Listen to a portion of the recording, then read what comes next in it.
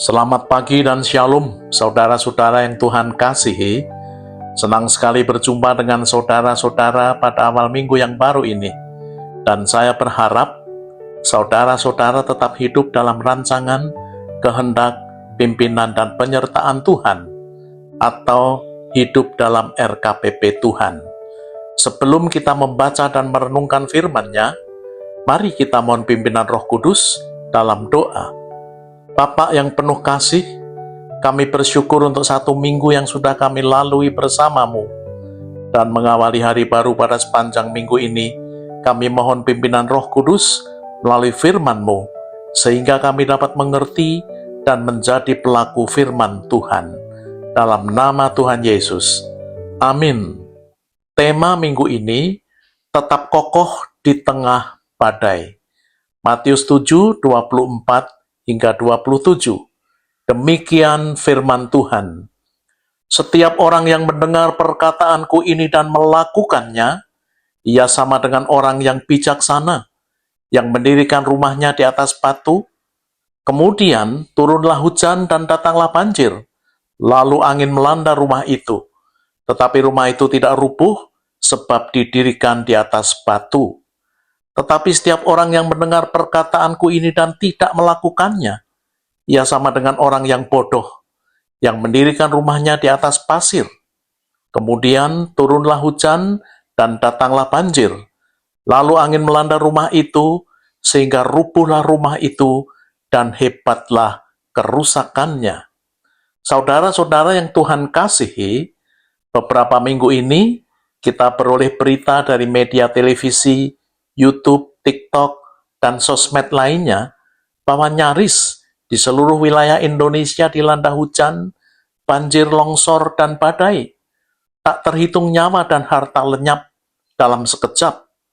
Hujan berjam-jam, bahkan berhari-hari, mendatangkan banjir, longsor, ditambah angin badai yang datang tanpa permisi dan tanpa ampun melanda siapapun, baik orang benar maupun orang berdosa. Namun ada fenomena rumah-rumah yang tetap berdiri kokoh dan yang lainnya hancur terbawa arus. Akar masalahnya adalah pondasi rumahnya. Yang satu memenuhi standar dan yang lain tidak. Saudara-saudara yang Tuhan kasihi, dalam akhir khotbahnya di atas bukit, Tuhan Yesus membandingkan dua jenis pendengarnya. Pendengar yang pertama, orang bijaksana. Pendengar lainnya, orang bodoh. Orang bijaksana, orang yang membangun rumah di atas batu. Ketika turun hujan, banjir, dan badai melandanya, tetap berdiri kokoh.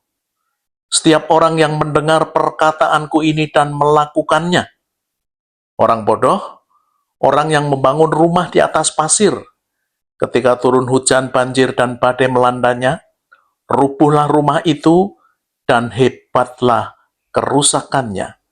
Setiap orang yang mendengar perkataanku ini tetapi tidak melakukannya. Arti perumpamaan itu jelas sekali. Rumah adalah kehidupan rohani kita. Batu adalah pondasi kehidupan rohani yang kokoh, yakni mereka yang mendengar firman Tuhan dan melakukannya. Sehingga ketika turun hujan, banjir, dan badai, artinya ketika pencobaan melandanya, rumah itu tetap berdiri kokoh. Artinya tetap taat pada firman dan tidak jatuh serta terseret arus dosa. Pasir adalah pondasi kehidupan rohani yang rapuh, yakni mendengar firman tetapi tidak menaatinya.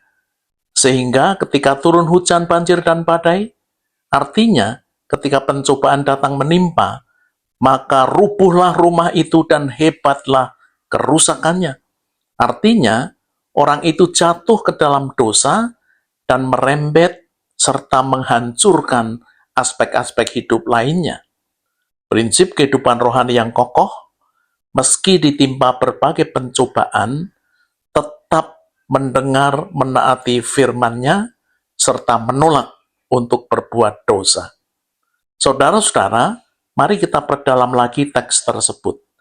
Rubuh berarti jatuh ke dalam dosa karena tidak menaati firman Tuhan. Dan hebatlah kerusakannya. Ini merupakan dampak dosa yang menyeluruh. Kerusakan itu bukan seketika, tetapi merembet dan menghancurkan banyak aspek kehidupan lainnya. Mengapa? 1. Dosa akan beranak pinak. Artinya, satu dosa akan melahirkan dosa baru yang lain, dan seterusnya.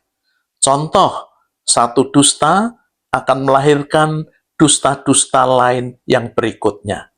2. Dosa merusak persekutuan pribadi kita dengan Allah.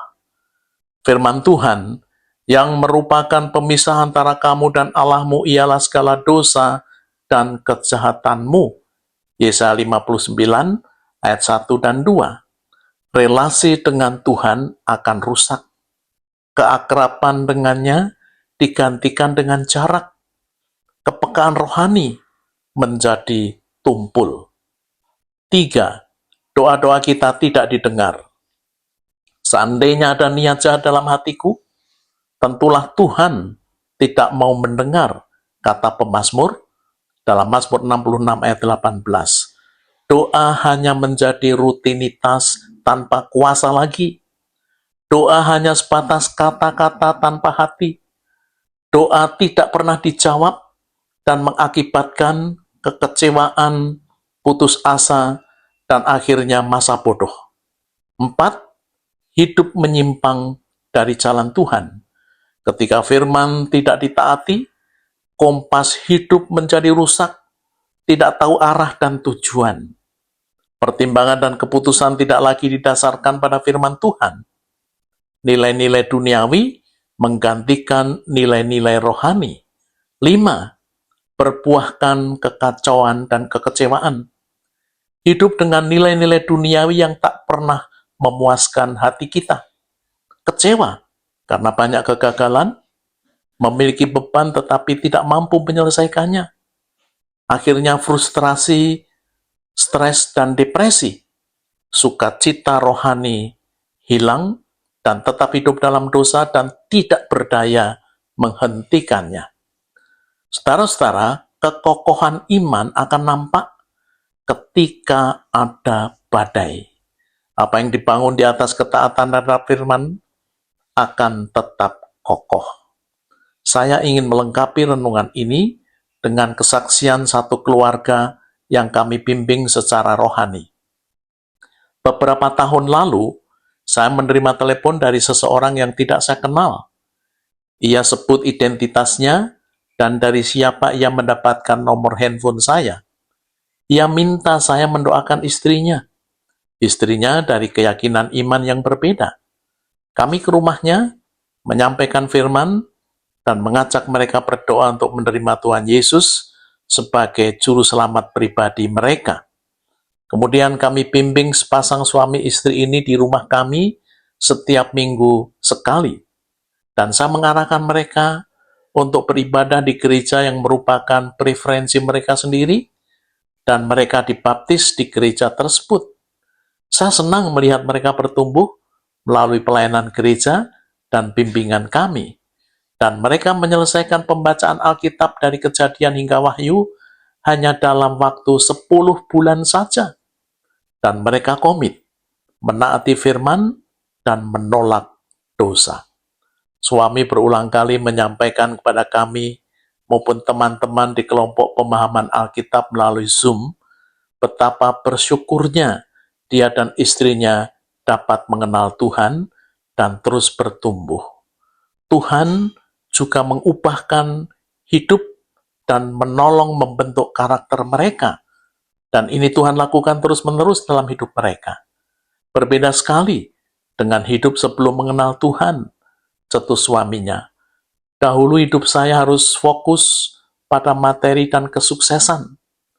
Tetapi hidup saya justru dipenuhi banyak kekecewaan ketika target meleset, hutang perusahaan meningkat, karyawan tidak perform, hidup dihantui kecemasan tentang masa depan dan bagaimana membiayai anak-anak sekolah nantinya. Keluhnya pada kami berdua. Sekarang di dalam Tuhan, Kesulitan-kesulitan hidup tetap ada, namun mereka menghadapinya bersama Tuhan dan mengandalkannya. Tetap tenang dan menolak dosa, meski menghadapi berbagai pencobaan dan tekanan hidup. Dan kini mereka hidup penuh optimisme, dan optimisme yang dibangun di atas janji-janji firman Tuhan. Suatu saat ia bercerita bagaimana Tuhan menolong dirinya ketika usaha restorannya bersama mitra bisnis lainnya tidak ada pemasukan sama sekali karena renovasi yang berkepanjangan. Ia bekerja sama dengan beberapa teman bisnisnya, mendirikan dan mengelola restoran untuk kalangan atas di Jakarta, di daerah epicentrum Rasuna Said. Karena restorasi dan renovasi restoran tersebut molor hingga 6 bulan, dan karyawan dirumahkan dengan tetap digaji setengahnya, ini membuatnya tidak ada pemasukan sama sekali. Memang ada sebagian pemasukan, karena ia juga menjadi dosen di sebuah universitas di Jakarta. Ketika itu, paparnya kepada kami, istri saya sedang menjalani rawat inap beberapa hari di rumah sakit swasta, Pak Pendeta. Ketika diperbolehkan pulang, dengan gembira saya menyambutnya. Waktu menyelesaikan urusan administrasi rumah sakit, saya terkejut bahwa 2 kartu kredit dan 2 kartu debit saya semuanya ditolak. Tidak cukup limit dan saldonya. Pikiran saya menjadi kacau dan bingung. Bagaimana saya harus membayarnya? Mau minta tolong kepada siapa? Tidak mungkin saya berhutang, karena saya telah belajar dari pendeta Didik Rohadi untuk mempercayai Bapa yang setia memelihara hidup kita.